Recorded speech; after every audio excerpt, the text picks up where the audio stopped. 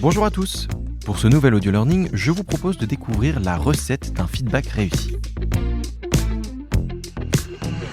Comment entretenir l'engagement de ses équipes ? Quelle attitude adopter lorsqu'un collaborateur fait une erreur ? Comment repartir du bon pied en n'étant ni trop dur, ni trop mou ? Élise Hunou nous apporte son expertise de formatrice pour aider les collaborateurs à devenir la meilleure version d'eux-mêmes. Chapitre 1. Comment valoriser ses collaborateurs ? Bonjour Élise. Bonjour César. Alors Élise, on le sait, donner un feedback, c'est pas toujours facile. On n'est pas toujours très à l'aise à l'idée d'exprimer son ressenti sur le travail de son collègue. Et pourtant, c'est essentiel, on en a besoin. Tout à fait César. Alors tu vois, c'est marrant parce que pour le pratiquer régulièrement avec mes stagiaires en formation, on se rend compte que donner un feedback, c'est pas facile. Que ce soit pour un feedback qu'on pourrait qualifier de positif comme un feedback négatif.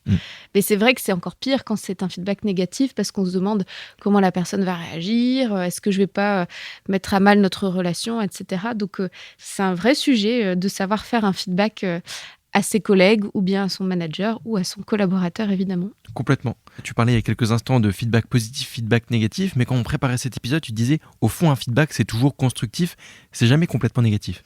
Exactement. Alors en fait, déjà, ce qu'il faut savoir, c'est que les collaborateurs, dans une étude qui a été menée il y a quelques années par la Harvard Business Review, reconnaissent qu'ils ont besoin de ce qu'ils appellent les feedbacks négatifs. C'est-à-dire qu'ils ont conscience, il y en a quand même 3 sur 4 qui disent que leur productivité s'améliorerait s'ils en recevaient plus. Et en même temps, quand on leur demande est-ce que vous êtes à l'aise d'en donner, personne n'est à l'aise. Et moi, je pense que déjà, il faut changer de dénomination. Parce que quand on se dit je vais donner un feedback négatif, très clairement... J'ai l'impression qu'on va passer un savon à quelqu'un. Oui, personne n'est à l'aise avec ça et c'est logique. Alors qu'en réalité, pour moi, quand on fait ça, on peut être dans une intention positive. On n'est pas dans le reproche ou dans le fait de vouloir mettre à mal la personne. Et donc, chez RH Performance, nous, on a plutôt l'habitude de parler de 3 types de feedback. La valorisation. L'idée, c'est vraiment, c'est feu vert, tu peux y aller, continue comme ça, c'est chouette. Après, il y a la construction, où là, je repère quelque chose qui doit être amélioré, ou en tout cas, à mon sens, devrait être amélioré. Et puis après, il y a le recadrage, où là, pour le coup, il y a un vrai hors-jeu. Et dans ce cas-là, effectivement, je vais dire à la personne, je veux qu'il y ait un changement immédiat dans ton comportement ou dans ta façon de faire. Complètement. Alors, je vois que tu entres directement dans le sujet. C'est vrai que là, on va commencer par le feedback qu'on néglige le plus, qui est la valorisation. Est-ce que tu peux nous en parler un peu plus ? Oui, la valorisation, on pourrait croire que ça ne sert à rien. Quel est l'intérêt de dire à quelqu'un qu'il fait bien son travail pour lequel, en plus, il est rémunéré ? On a la peur d'enfermer la personne dans sa zone de confort. C'est carrément ça. Et pourtant, je lisais un jour une newsletter où la personne, elle disait finalement les compliments. Alors, c'est un type de feedback de valorisation, c'est pas forcément le seul, au contraire. C'est comme un café le matin. On en prend une dose tous les matins pour se faire du bien. C'est pareil sur la valorisation. Je pense qu'il y a peu de gens quand même qui diraient que le jour où votre collègue ou votre manager vous a dit que c'était bien votre travail, qu'il a pointé une chose que vous avez faite et qui a été efficace, ça vous a pas donné envie de refaire la même chose, voire de faire mieux. Et donc, effectivement, si on regarde quelques études qui ont été faites, la majeure partie du temps, le feedback de valorisation, c'est quelque chose qui dynamise les équipes. Oui, c'est plutôt moteur de performance et ça crée une motivation. C'est ça. Et en plus, si ça se cultive même entre collègues, c'est aussi un moyen d'être vraiment dans un beau cercle de confiance, je dirais, entre les personnes. Alors, tu parlais il y a quelques instants des compliments. Justement, est-ce qu'on doit toujours complimenter la personne en face ? Est-ce qu'on risque pas aussi parfois d'être dans la flatterie un peu gratuite et pas toujours très constructive ? Ouais, je pense que le compliment, c'est quelque chose qu'on peut faire de temps en temps. Ça mange pas de pain et ça fait toujours plaisir. Maintenant, un feedback de valorisation, l'idéal, c'est plutôt d'être sur quelque chose de factuel et d'inciter la personne à continuer à faire les choses. Et au plus on s'éloignera d'un jugement, au plus on sera sur quelque chose de constructif et d'intéressant. Ok. Est-ce que le feedback de valorisation, c'est aussi ce qui fait qu'on tolère plus facilement quand il y a un feedback un peu plus mitigé ou négatif ou de construction derrière ? Exactement. Alors en fait, sur ce sujet-là, il y a 2 éléments qui sont intéressants à prendre en compte. Est-ce qu'on t'a déjà parlé de psychologie positive, César ? J'en ai entendu parler, mais je veux bien que tu remettes les points sur les i parce que ça reste flou pour moi. En fait, en psychologie positive, on s'est rendu compte via les neurosciences que le cerveau retient beaucoup plus les messages négatifs que les messages positifs. Et donc, effectivement, on dit en psychologie positive, attention, il faut 5 messages positifs pour contrebalancer une nouvelle négative. C'est énorme. Et en fait, dans le feedback, il y a un psychologue qui a fait une étude dans une centaine d'entreprises qui s'appelle l'OSADA. Ouais. Il a été voir un petit peu quel était le bon ratio pour que finalement, pour un feedback qu'il considère comme négatif, j'arrive à contrebalancer ça et que ce soit toujours quelque chose qui soit vécu positivement par le collaborateur. Oui, que le feedback négatif soit pas vécu comme on remet tout mon travail en question, parce qu'il y a d'autres feedbacks à côté qui, pour le coup, montrent qu'il y a des choses qui vont bien aussi. C'est ça. Et en fait, le ratio, il est 3 pour 1. C'est-à-dire qu'il estime qu'à partir de 3 positifs pour 1 négatif, on construit une relation saine avec ses collaborateurs.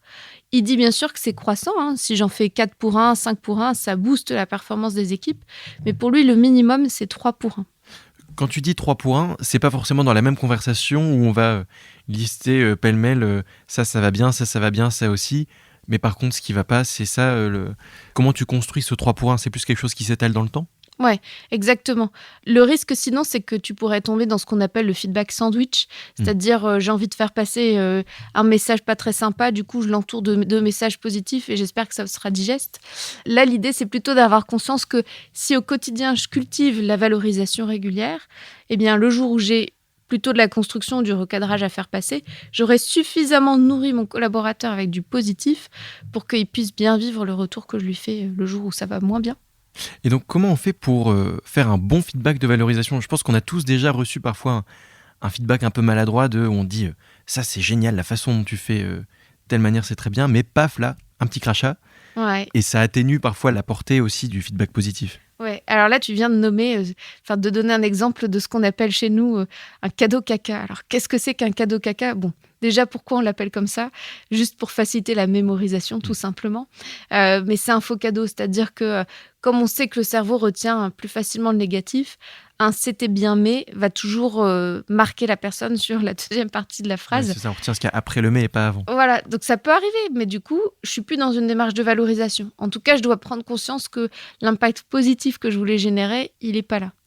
Et donc, moi, j'ai tendance à dire qu'il n'y a pas une recette magique pour le feedback de valorisation. Ce qui va vraiment payer, c'est d'être sincère et authentique. Complètement. J'allais arriver justement sur ce terrain de la sincérité. C'est vrai que je pense que c'est ce qui fait au fond qu'un feedback est perçu positivement, c'est qu'on sent que c'est pas de l'éloge pour l'éloge, on n'est pas sur de la flatterie gratuite, ni sur quelqu'un qui cherche à récupérer, comme tu disais tout à l'heure avec le sandwich, quelque chose derrière avec un feedback intéressé. Mm-hmm. On est sur une démarche qui est sincère de félicitations, telle chose a été accomplie très bien et tant mieux quoi. Ouais, donc c'est intéressant de pouvoir se baser sur des choses factuelles pour pouvoir quand même avoir quelque chose qui sorte du jugement et puis d'être bref. Il n'y a pas besoin d'en faire des tonnes sur un feedback de valorisation.